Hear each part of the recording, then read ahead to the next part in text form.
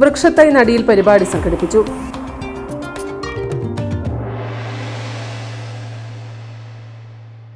പയ്യന്നൂരിന്റെ വെങ്കലപ്പെരുമയും തഞ്ചാവൂരിന്റെ ശില്പചാതുരിയും ഇവിടെ സമന്വയിക്കുന്നു.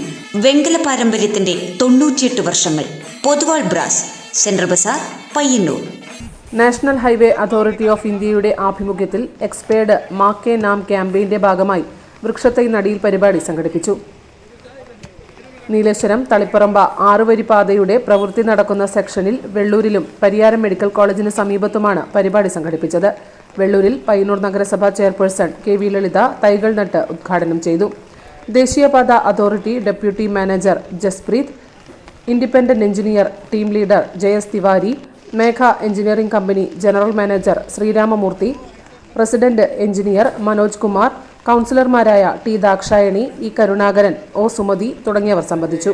News bureau, Payyanur. പയ്യന്നൂരിന്റെ വെങ്കലപ്പെരുമയും തഞ്ചാവൂരിന്റെ ശില്പചാതുരിയും ഇവിടെ സമന്വയിക്കുന്നു. പൊതുവാൾ ബ്രാസ്, പയ്യന്നൂർ. വിവിധ വലിപ്പത്തിലുള്ള ഇഷ്ടദേവതാ വിഗ്രഹങ്ങൾ, വിളക്കുകൾ, പൂജാപാത്രങ്ങൾ, പ്രസന്റേഷൻ വസ്തുക്കൾ തുടങ്ങി വെങ്കലത്തിലെ എന്തും ഏതും. വെങ്കല പാരമ്പര്യത്തിന്റെ 98 വർഷങ്ങൾ. Poduval brass, central bazaar, Payyanur.